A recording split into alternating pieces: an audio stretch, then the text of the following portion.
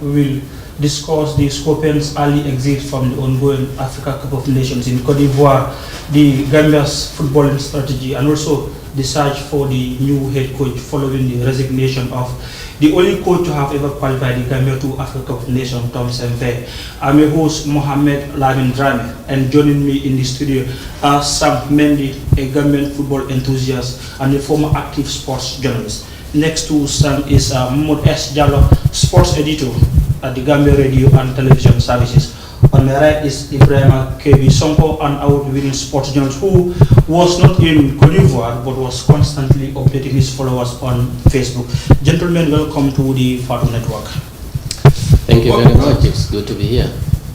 Well, thank you very much, Emil, and I'm very glad today to share this platform with my mentor, Sam Mendy, and as well as Moses Jallo. Like you said, an active sport reporter and the editor at Gambia Radio and Television Service. So, thank you very much for according me this opportunity. Yes, thank you, Madlamin. It's a pleasure to be on Fatu Network for the first time, I believe, and I know it's not going to be the last time. And it's always a pleasure, to share this platform, especially with my very good friend here, to talk about what is so dear to us, and of course, that is Gambian football. I think so you're coming to the Fatu Network for the first time. Yes, for the first time I've been here, okay. Yeah, we've been in this together for a long time, so it's good to be here with MS and Ibrahim. Actually, I recall the first time, I availed him the opportunity to be heard on radio, and I'm happy to see the growth and yourself. So good to share the platform with you guys, man. Yeah, I am glad having all of you here to talk about, of course, Gambia's early exit from the Africa Cup of Nations.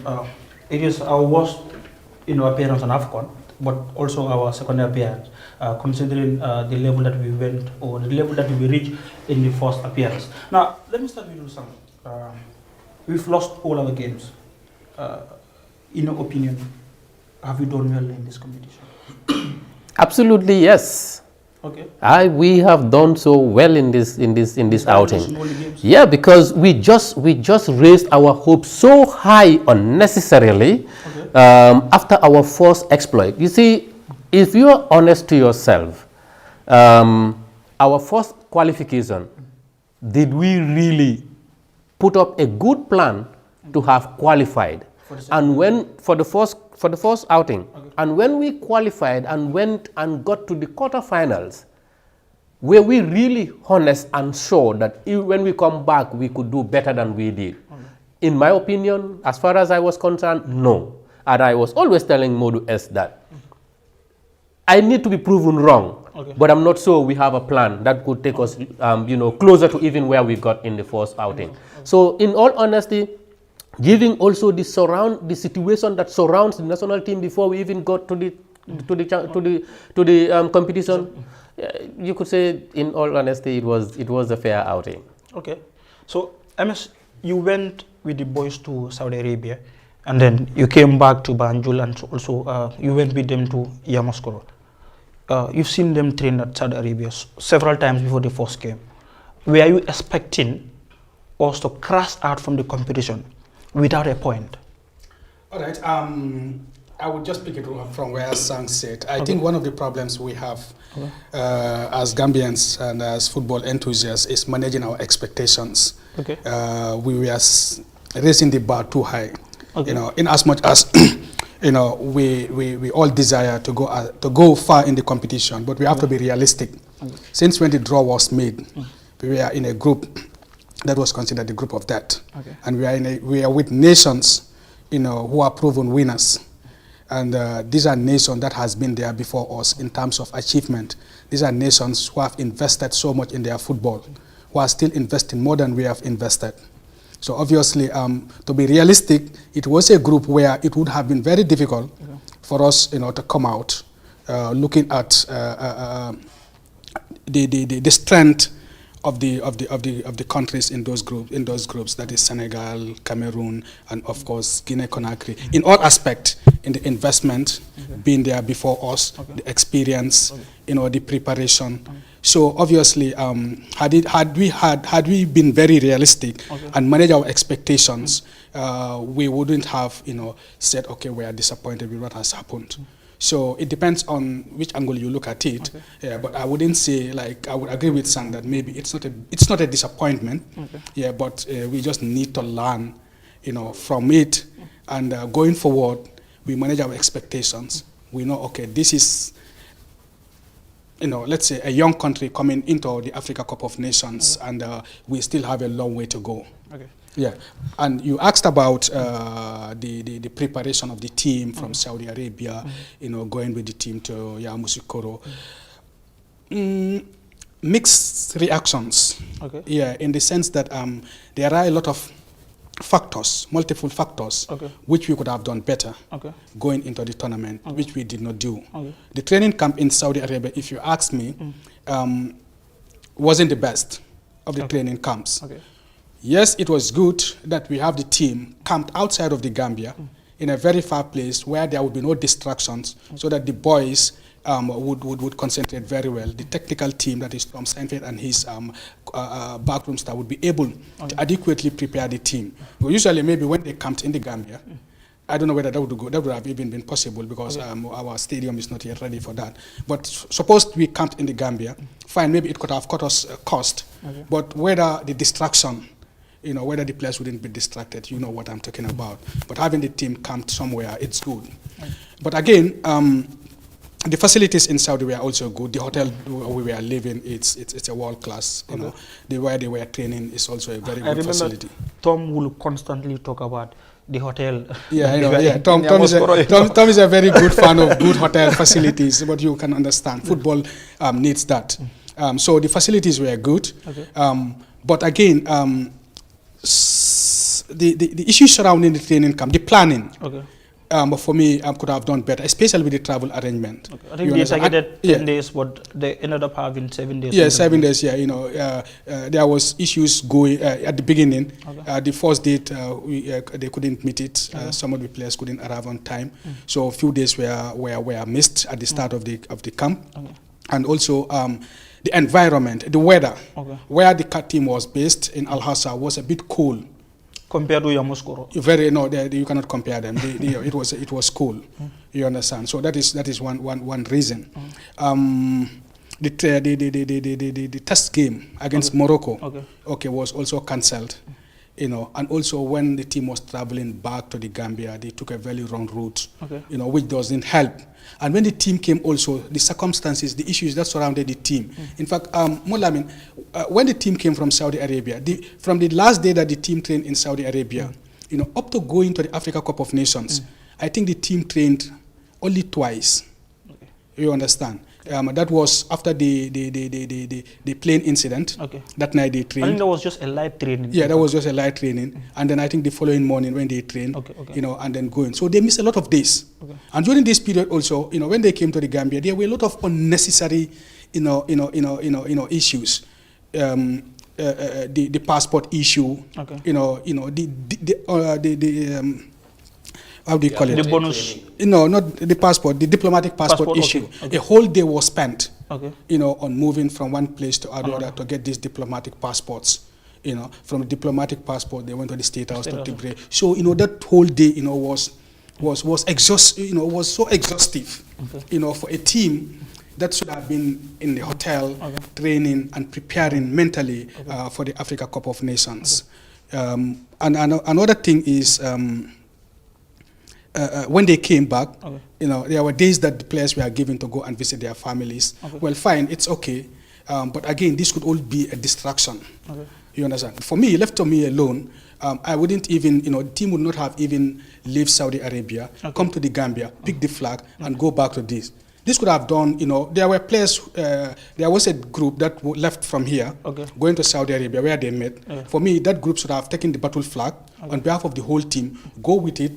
After the training camp in Saudi Arabia, flew directly to Ivory Coast, and concentrate. I think the initial arrangement was for Tom to come back here release the squad and then Yeah, face the yeah, press. I and, think that was yeah, the and, initial yeah, and you, argument. yeah, you talk about the squad issue as Yes, well. You know, yeah. Tom, you know, concealing or hiding the Tom squad. is a Gambian now. Yeah, you understand. You know, Tom is a Gambian because So maybe those were all distractions. You know, you remember, you know, there was a lot of noise around the list. Okay. You know, why is Tom hiding the list? You know, if the list should come out, you know. I think. So those were all distractions, I think which does not help. Yeah, we will talk about that. Exactly. We'll talk about that. Now let's again KB. We've lost all our games. You know, were you expecting this from the boys?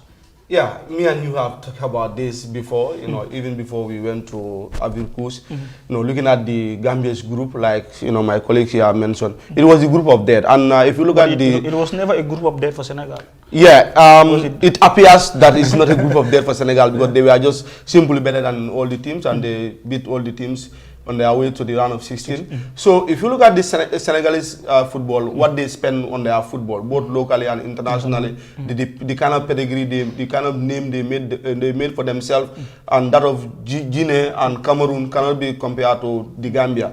So and the distraction, you know, MS is talking about, like the passport issue and that of the, you know, the bonus rounds between the players, the federation, and that of the ministry. So all this didn't do us any good. But again, based on capability, I want to believe, you know, for me, I said it before, even if the Gambia is going to make it beyond the group stages, you know, it has to take a very good Gambia, a Gambian team playing against either Senegal, you know, Cameroon or Guinea, a day that, you know, at least we need that little bit of good luck to win. Yes, we have good players, but again, compare our players to that of you know, Senegal and Cameroon and that of Guinea, they are unmatched. But again, football is a game of tactics, and you know, some of us already knew that, you know, playing Tom Semfer, whenever he played against some of the big side, he always end up, you know, putting up some defensive tactics. And if you look at our midfield, the midfield has been something that Tom will use these big bulky players to defend or to be that kind of a seal that will seal the defense. But of recent, he has been so much heavily been relying on Suleiman Mar, and in the past, he's for Bob. He brought them in, but at the end of the day, he does not trust them to start, except the last game when we brought in Yusfa. But again, looking at the performance and looking at the circumstances that surround the team, I was expecting this, to be honest. Especially, even before we leave to Cote d'Ivoire, I was not thinking that we can make it beyond the group stages. And then our first game against Senegal, yes, that was, we played with a man down when Adams was giving his margin orders. But again, even before that, have we done enough against Senegal? No. Yes, Senegal was the better side. And some even, for me, I want to believe, Senegal do not even stage the Gambia enough. Because hadn't been, they were, you know, the kind of fixtures they came, Ismail Assar and Sadio Mane were so much effective on that day. So it could have been much more than three. Yeah, for me. All right. So Emil, I want to add a few things as with regard to the first question you asked. Yeah. You see, we have never been realistic with our opportunities and our chances. From this first time that we qualified, we should have, from the coach to everybody, at that point, everything was we are going there, not as whipping boys, we're going there to put up a respectable performance. And a respectable performance for a starter is even to, in some nations, for some countries, they have lost they have never won a single match in the 3 AFCONs they have qualified. You know, some of them have gone to AFCONs twice, 3 times, they've never even scored. Some of them have gone to AFCON 2, 3 times, they have never even kept a clean sheet. So you were going there knowing that you were going to a battlefield that you know your chances are very slim. And we went there in the beginning with those kind of reluctance, with those kind of skepticism. But then when we went into our first game, bam, things happen. The second game, bam, things happen. We confirmed our qualification. And then the third game, we made the world shocked. Then we thought we can even beat Brazil. Some Gambians actually started saying the next competition we want to have Senegal. You know, when we exited the group after Cameroon beat us, they say next AFCON we will want to meet Senegal in the group stage. We will want to be in the same group with Guinea Conakry, Senegal and Cameroon, just to prove up. But you know really well that these countries, In terms of population, they are bigger than you. Sure. In terms of player pool, they have more player pool than you. In terms of resources, they have more money than you. You know they have better structures than you. You know they have better organizational plans than you. You know very well that they have everything way better than you. And yet, you are, as the federation, as the coach, and also, some of us journalists begin to raise the hopes so high that, football is not like that. Football is planning, and of course, it is science. You need to make sure that you take it as it is. And the coach, for example, you want to play a defensive system. And what worked for him in the first AFCON did not work in the qualifiers. Yes. Not only in the competition, did not work in the qualifiers. I was in fact going to come to that. Exactly. Because if you look at our post AFCON. Cameroon AFCON, coming towards our qualification, you find out that our performance of the team has been below par. You look at the qualifying round. And the goals that we you look at the qualifying games that we played. The preliminary rounds against Chad, we were almost out. Sure. It took luck. When I think Asansisa scored that goal, final goal.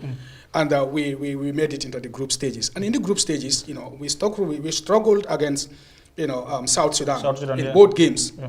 And Congo as well. Yeah, Congo. Maybe Mali we did a little bit better. We did better with them. But we struggled against Congo. We were almost out in the final game.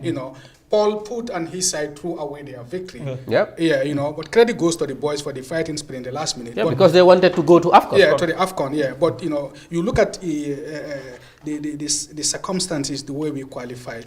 Obviously, going into the tournament, should have raised some eyebrows, knowing that we needs to do more. Because if you look at our first qualification, it was a better qualification. We defeated Angola away, home and away. In fact, we defeated Cameroon.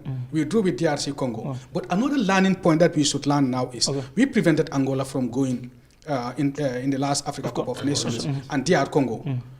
Now they came back after 2 years. These countries came back and are now into the quarterfinals. So that should be a very important learning point. What have they done right? To make sure that within the last 2 years, they came back and then occupied the position that we denied them 2 years ago. So, Sam, what are we not doing right? I don't think we have a structure or a plan. Okay. I don't think we have a structure or a plan as far as football development pathway is concerned or strategy is concerned. Well, even if the GFF has, I have never seen it. I have asked for it. I have said this in platforms, in his platform, in many platforms. You see, every country has to have a development pathway, a development plan. Every organization, even the FATU network, I believe, has a development plan, has a marketing strategy, has a communication strategy, has all these things. You need to have these things. What is the Gambia's development pathway? During the course of this AFCON, the BBC and other media have actually published Senegal, why Senegal is conquering African football. Everything about football in the last 2 years, Senegal has won all of it. On the 17, 20, on the 17, 20, Chan 23, the beach soccer and all what and the AFCON. So Senegal won everything. But they will tell you, if you read the Senegal's pathway, they will tell you, and I know it's a document lying somewhere that everybody knows about. They will tell you that they have a plan, a continuity plan, for example. If you are under 17, there is a possibility of the whole team or 70% or 60% of the team going to under 20. Under 20, there's a possibility for at under 20 level, if you are good enough. Aliou Cisse is compelled to invite you to the national team to prove a point. The case for Lamin Camara. Who is almost becoming, the surprise package of the AFCON. I think even if there is, probably we are not implementing it, to the best of our ability, or how it's supposed to be. It should start at the grassroots. If you look at our transitional process, if you look at our transitional process, it's not working. We have 2 under 20 sides who played very well in the last 2 or under 20 editions. The Matarmouch side that played in 2021 in Wafu, which I was there. They went up to the semi-final stage, and they produced some very good players. Have some in the final 11, CAF 11. how many of them ended up transitioning To the To the national national team? No, you understand. And these were very good players. I think only James made, only James. You understand? Yeah. Only James. Yeah, James Okay. James. Yeah. Where are the Lamarana Jalos? Where are the Wali Fofanas? In fact, You where know? are those players? Yeah, these are, you know, these are players who were considered as the brightest talents in African football. Yes. Yeah. You understand? You know, it has not been there. The recent under-20 team that went up to the final, to the World Cup.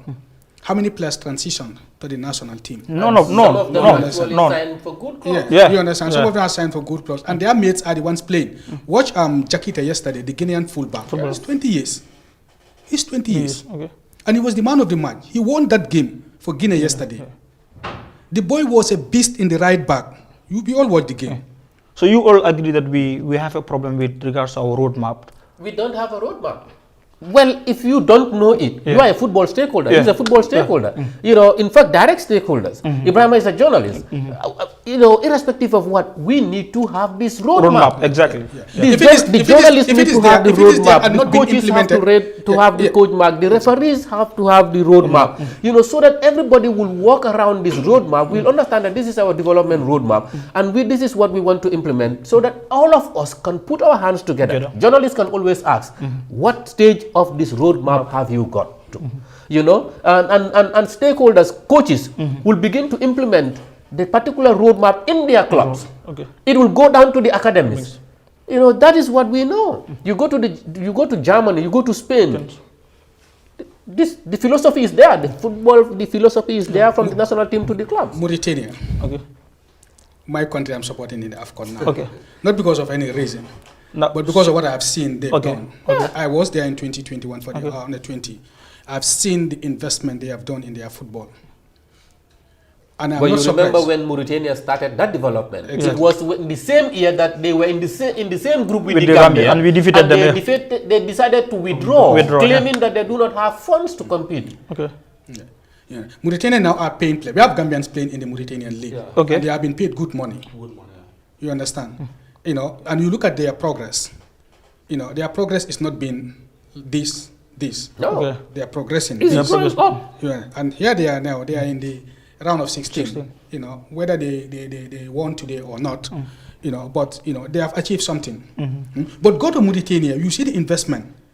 Physically. Yeah, physically. You know that okay, this country is serious about about the development of their football. This is why I'm rooting for them. Okay. Yes, because they deserve where they are. Okay. So if you are watching and then you also want to say anything with regards to what we're discussing, the comment section is there. You can also have your say. KB, Sang and MS talk about the roadmap, right? And when you talk about the roadmap, you cannot exclude grassroots. And here, when you talk about grassroots, we're talking about school football And academics. and academics. You are a sports journalist and also an active teacher. GFF, the body responsible for football in this country, are they doing enough in school football? I think when it comes to school football, this is something I'm very passionate about. For the past years, I don't think GFF have done enough. Last year, in fact, they claimed that they don't have the finance to even support or run the activities of school sport. Okay. Even though that we have the president of Gambia Secondary School Football Association, Now Mr. part of the executive, SCC, as an executive member of Gambia Football Federation. So they came out claiming that they don't have the finance to run school football. What used to happen in the previous years, since when the GT Bank sponsorship run out and they never even have the interest to extend their contract to another year after the 3 year, GFF will sponsor directly the qualifiers. Then they will be the one responsible of hiring paying transport for schools and also paying the referees and anything that has to do with football. But last year, they came, they said they don't have any money. Personally, I contacted even the technical director, Mr. Sandong. If he's watching, he can attest to that. The first thing he did, I only introduced myself. I am Ibrahim Kebi Sonko, and he knows me very well. He decided to block me. Then I wanted a reaction from the Gambia Football Federation. Okay. I first have to contact the communication director. He told me that is not his domain. Then I try everything I could. Then he has to refer me to the GS. to the GS. And that is Lamin Jasi. Lamin Jasi. And I did try to at least have at least a version, an official version from them, whether it is true that they cannot sponsor. But after what they told me that, yes, because of their engagement on the national team and other stuff, they don't have the money for that. So if Gambia is a country where we don't have money for grassroots, especially school football, and if you look at the FIFA menu, the FIFA forward and everything, grassroots football, especially school football, is something that is very important, both to CAF, WAFU, and that of FIFA. So if our football federation is claiming that they don't have money for that, this is disheartening. You remember watching AFCON, all of us will agree that, one of the good things we have done in AFCON is giving Yankuba Minde a chance. And he might not be the most enterprising Gambian player or the most enterprising youngster at AFCON, but at least he's one of the Gambia's standout performers. He came through the school football. And remember, we used to do this in under 17 competitions in the Gambia. From school football, winning the best player. He played in the under 17. From under 17, then 1 year, 2 years with Tibico, he went direct to Odense in Denmark. So this is, if we really want to progress as a nation in football, we need to start from the grassroots. And there is no better way doing that, sponsoring activities or secondary school football association. For me, like I used to argue, nowadays we have sports on football at secondary school level. How organized it is the problem. I'm not sure that it is very organized. And football secondary school people cannot start playing football at the age of 12. As early as 7, when they are introduced in grade 1, they should have. Before I could remember, the like of Buba Bojang, who used to be the football coordinator for Region 2.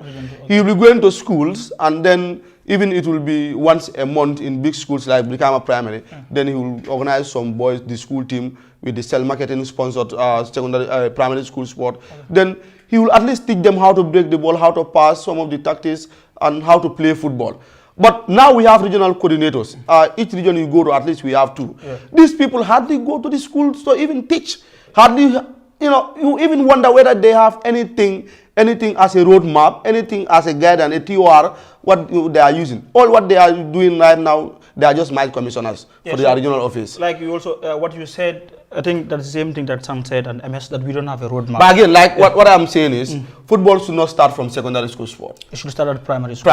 Primary level. Okay. Now at primary level, we don't have any football. There used to be primary. Yes, there used to be. Primary school. That is, in fact, at some point in Region 2, it used to be more famous than the secondary school sport one. But now, from grade 1 to grade 6, kids are not playing football. Organized football. But why that? Before, I don't think.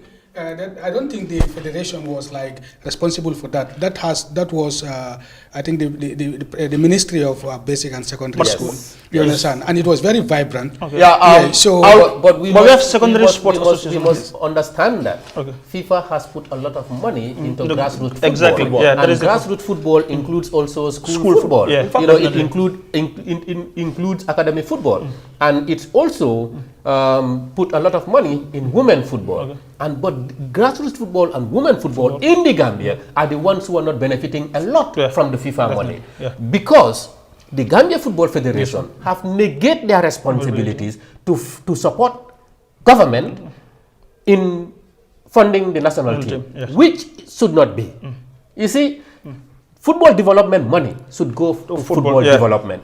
National team issues, government and the federation should work hand in glove with stakeholders from private and state-owned enterprises to make sure that our national team is supported. And again, it comes back to who is actually the marketing and communication manager for the Gambia Football Federation. I even wanted to ask you this question. Because if you have a good marketing officer, a marketing manager, our national team should not struggle for resources, for branding, and in fact, companies in the Gambia should be scrambling to become brand sponsors of the national team.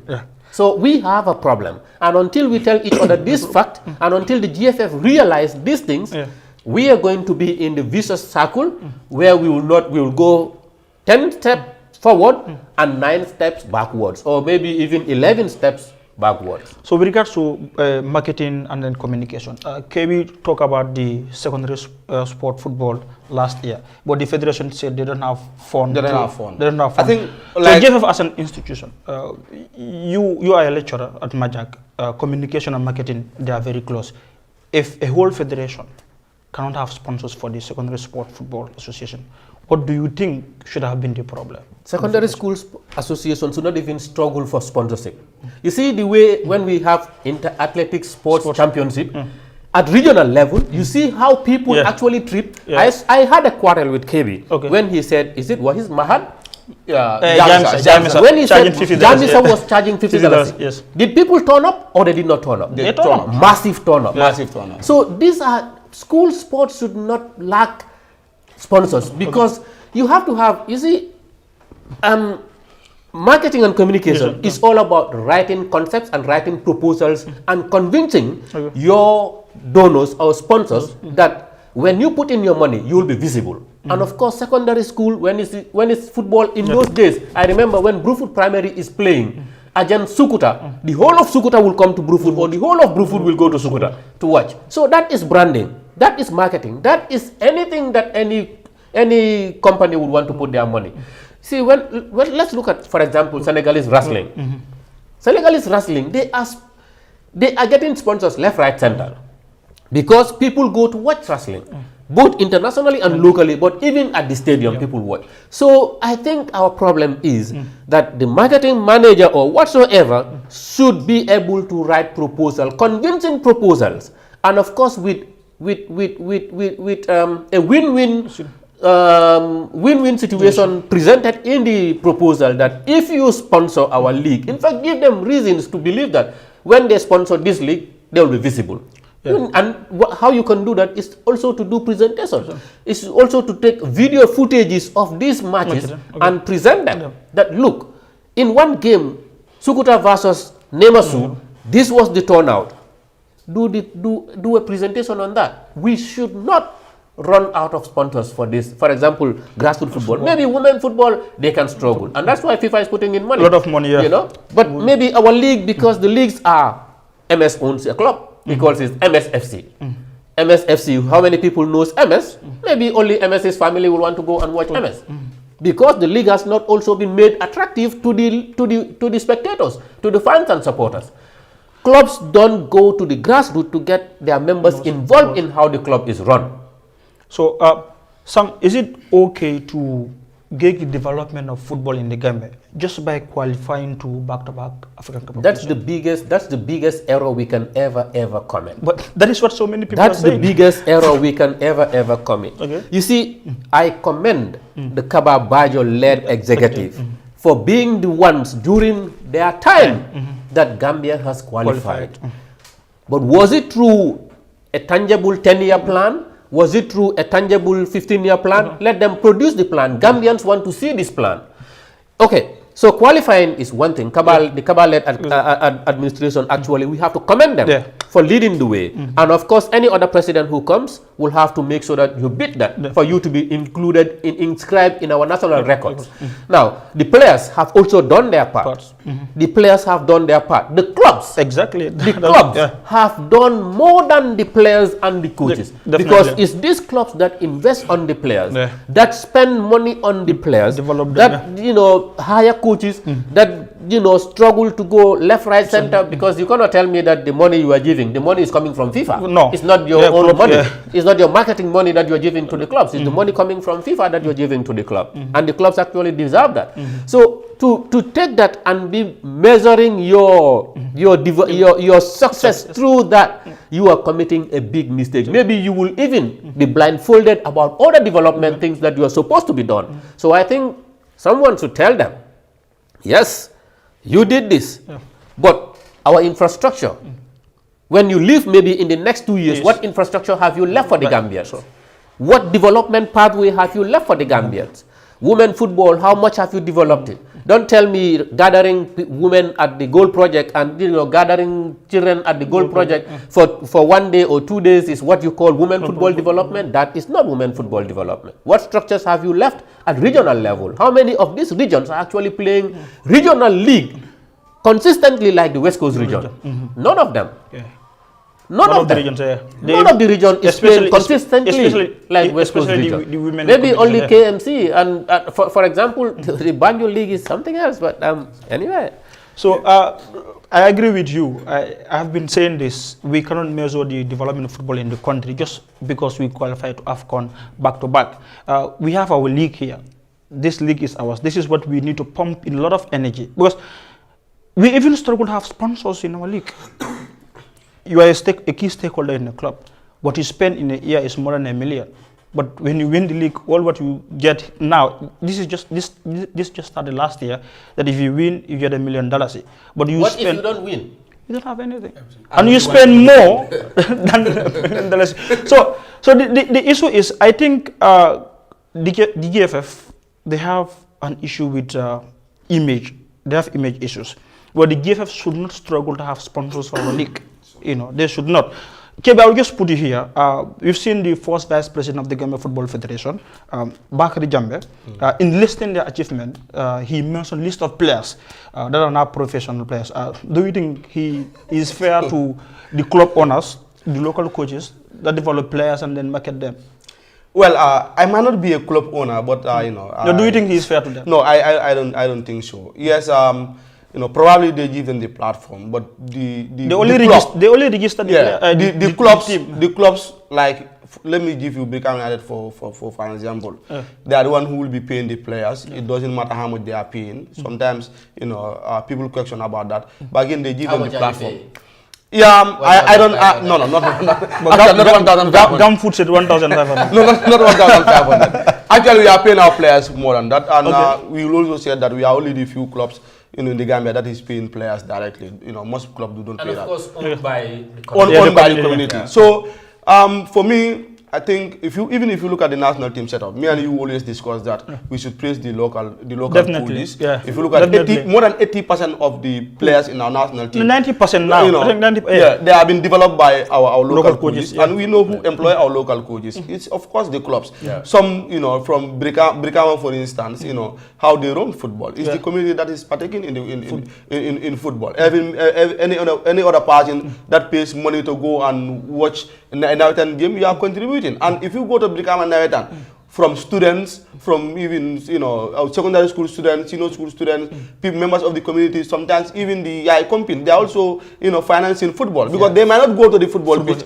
but some clubs or some teams will go to their homes and camp there. So they will at least build the camping fee for a particular match. That means they are also contributing directly to Brikama United or indirectly to Brikama United. So these players are traveling, but where are they traveling? Some of them, I want to believe, what is retarding the development of Gambian footballers, in fact, is their next transfer destination. We have, you know, MS talk about the Matan Buj under 20. Yeah, none of those guys, and they did very well in the WAFU. They have to beat Senegal inside Senegal to win the WAFU tournament. They left to Mauritania for the AFCON U20, and they finished as bronze medalists. But all those players, where are they? The Wale Fofanas, the Lamarana Jallo. Some time ago, we used to think that come next 2-3 years, these people, all of them will be representing the Gambia. But apart from James, none of them. In fact, Tom even has to, you know, sometimes remind us that, you know, why is the under 20? Only James seems like he's the only person who is good enough to play. The recent under 20, you know, we celebrated them. They are the first ever Gambian under 20 to reach this the final. They have been humbled in the final by Senegal, and then they went to the World Cup. For me, they have put up a respectable performance. Definitely, winning against France is something very big. But if we don't have a plan, if we don't have a strategic plan, at the end of the day, will be, you know, clubs will be desperate, players will be desperate. A call from anywhere apart from the Gambia, they will fly. That is what happened. So that is the problem. Yes, they listed about 40 players that transfer. Me and Furi and other journalists will be doing every day the transfer. But we know sometimes we just want the public to know that player X has been transferred to a particular club. But you felt it. Lamin Kamara, the boy who scored a brace against the Gambia, he was some 2 years ago. He was playing in Kazasport. In fact, 3 years ago, he was not even in Casa Sport. Campo will tell you he used to come to around Basori and play football. No, it's very true. Okay. The first time I watched Lamin Kamara in Julum, you know, even some of the native were in Bualong, they don't even think that he's a normal guy. Then he went to Casa Sport, from Casa Sport to Generation Foot.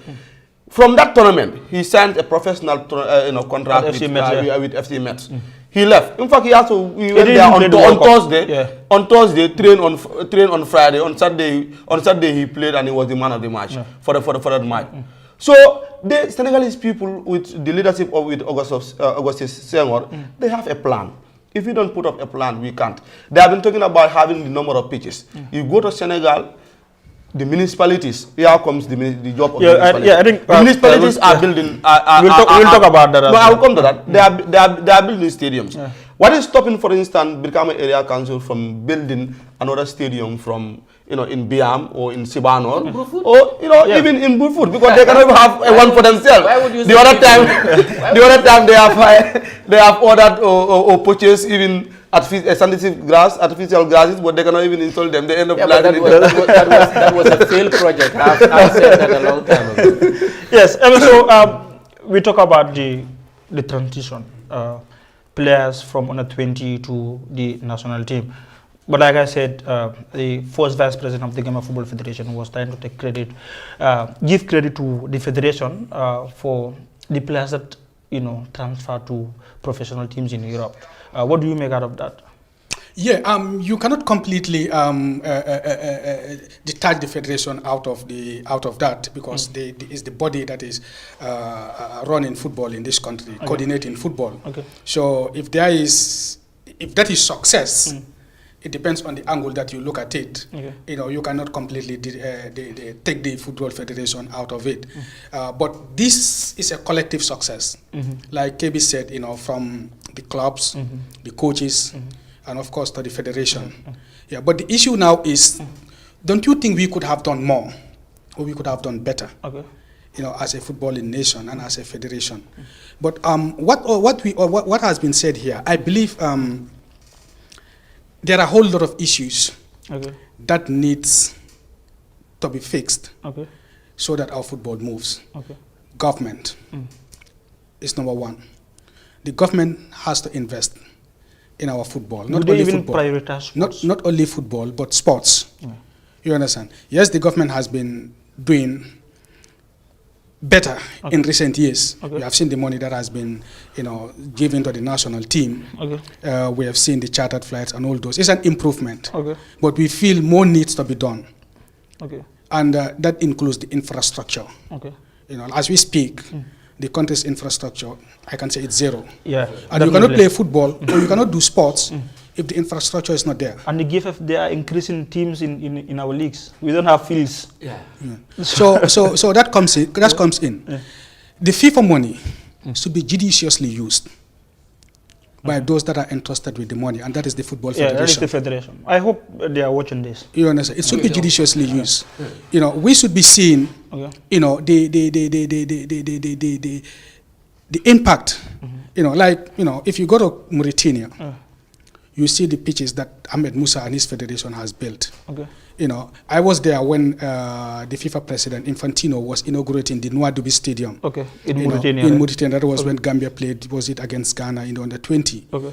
And he commended Mauritania, for being a shining example for the continent.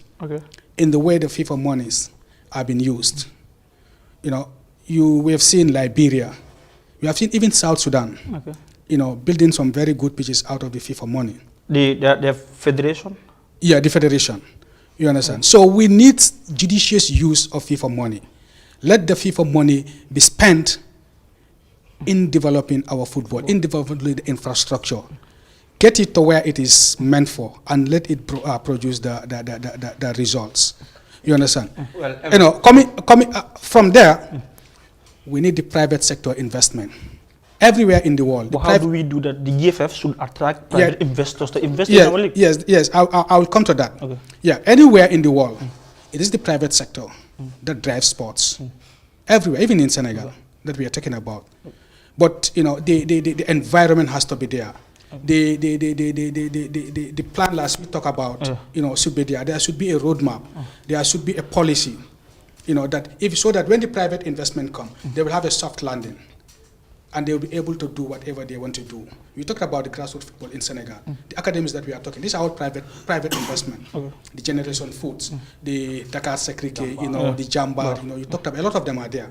These are private investment, and these are the ones that are producing, these players. You go to Senegal now, the factory in Senegal of producing players is so huge. It's so huge, and it's very, very competitive because of the private sector investment. But the private sector investment cannot be possible if the government, the federation, does not, provide that soft landing by having the right policies, by having the right direction, by having the right roadmap for the private sector to come in and invest. This is where we need, to work on, and that takes me back to our transition. Why would Tom Steinfeld, stick to the same core of players from 5 years back? Maybe Tom should answer that question. So I just wanted to add a few things to what he said, what he spoke about. That government, the GFF is not the people responsible for our football are not judiciously spending the FIFA money, which actually has to come to the FIFA money going into national football development, national football development, national team, activities. You see, this when the players needed 38 million, or they will not travel, the 38 million was produced. Yes. Now, I leave it with you journalists. Who benefited from that 38 million? Because it's a qualification money. It's not a competition money. And the people that were demanding for the 38 million, some of them did not actually play in that qualification. Exactly. How many people actually played 4 matches, 6 matches, 3 matches? How should the money be shared? Because, if I play the qualification match once, I'm supposed to get from the qualification money. It's not only the team that qualified the team. So that is one thing that I leave for you to actually pick up, because it's supposed to be clear who actually benefits from that qualification money. Now, if you take, again, they needed how many million to go to the AFCON? 388 million. Now, how many million was raised before we get to AFCON? Close to 200 million. After the government committed and all these other institutions committed, 200 million. Now, they've gone. We are back now. When will they do the financial report? When will they do the technical report? Because the financial report is tied to trust issues. It is tied to the issue you talk about here, perception issue. You see, in communication, you are told that if you have an organization, it's good to do a perception survey. And perception survey is a very simple thing to do. It's just 5 questions you need to ask. And perception survey can be done with your stakeholders, direct stakeholders, secondary stakeholders, and tertiary stakeholders. You send it. Just do a Google form and send it to the public. For example, just distribute it on WhatsApp and people feel it and it comes back to you. You will know how much people actually perceive you. If they think you are corrupt, they will tell you are corrupt, because you're not there to tell them what to put on that form while they are on their bed. So it is important to do a perception survey. This current GFF we have, I have no bots with them, and I don't think anybody has a bot with them. But if you have issues of transparency, transparency issues, for example, and not being open to the public to tell them, why you are actually spending football development money on the national team instead of having the government to take up that. KB talked about one important thing here. How do you call it? For example, West Coast region, the governor's office and local government offices actually also developing, creating the enabling environment for football sporting activities to actually take place. So, if for example West Coast region, Brikama Area Council put in 3 venues, 3 grounds where football, volleyball, athletics, basketball, and all these things would be played, the Gambia would be a home for sport. Because sport is not just football. Now, within 2 weeks or within 3 days, the Gambia was able to raise $280 million just for the national team. But our national budget for the entire sport is 122 million. 22 million. So I was even asking, how serious are we as a nation regarding sports? And sport is one thing that can stop young people from going to the back way through from going to Europe through the back way. Because if they have the skills that European clubs can sign them, they don't need to go through the back way. But how can we get them have the skills? Is for them to have the infrastructure to practice the sport they want to practice. And sports is not just football. So we must take football seriously, sports seriously. And Kaba and his team must tell government that, must bring government to the table and they sit and tell them, you see, we are suffering. We suffered. And we'll continue to suffer because we are spending development money in the national team. And that is not going to take us far moving on in the next 10 years. And this year will be serious. And governments should take up their responsibility to make sure that they take care of the national teams. Well, because if you can raise 200 million within 3 days, within 4 days or whatsoever, I see no reason why you cannot raise $1 billion for sports, for youth and sports. And this year I know will be difficult for the federation because they will always say they don't have money. Well, someone was telling me that the books of the federation are red. Yes, I think a staff from one of the banks also confirmed that to me. But the thing is, this year there will be World Cup qualifiers, there will be Africa Cup of Nations qualifiers, there will be WAFU, and then the under-20 are also invited to, I think, all Africa Games in March. So, and for WAFU, we cannot afford not to participate. But because we are the chair. Yes, we are the chair. But we afford not when the women's under-20 was going, we did not participate. And but said something about women football. Women football, women football is just used as a money-making venture. Exactly. Women football is just used as a money-making venture, but they do not value it the way they value men football. I think the Ministry of Youth and Sport through the Gambia government should create a social development fund for sport. Okay. This social development fund for sport should help teams that do not have the financial muscles to also go and loan out a certain amount of money. When they loan the particular a certain amount of money, then they will come and invest into their team. How will they repay it? When they have if all clubs have a good model, what will happen is when they sell players, certain percentage of what they realize from the sale of a particular player will go to the ministry for the refund of the fund. Because we know football is very expensive and most clubs, they do not have the financial muscle. That's why it's always very difficult for some club to even appoint or pay or hire a communication as important as a communication manager for clubs.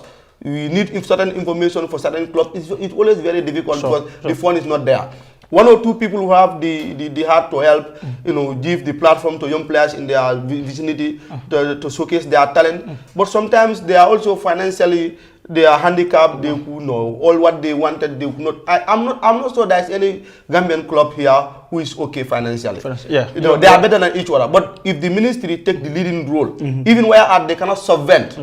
But at least let them create a social development fund for sport, where we are not only we are on a football platform, but we are not only football teams will go and take loans, but maybe other sporting bodies also and other sporting clubs will also go and take loans and buy equipment for the players, and so that the football will grow and sport at large will grow. But football cannot go without fund. So if the ministry is not even putting a whole lot of money into our sport and football in particular, it cannot be only when we qualify for AFCON. That's the time that we are going to spend 200 million. A friend of mine called me, look, why are we spending over 200 million and we are not even going beyond the group stages? I told you, never know, this is football, in as much as we are the lowest ranked team in AFCON. The budget was up to the final.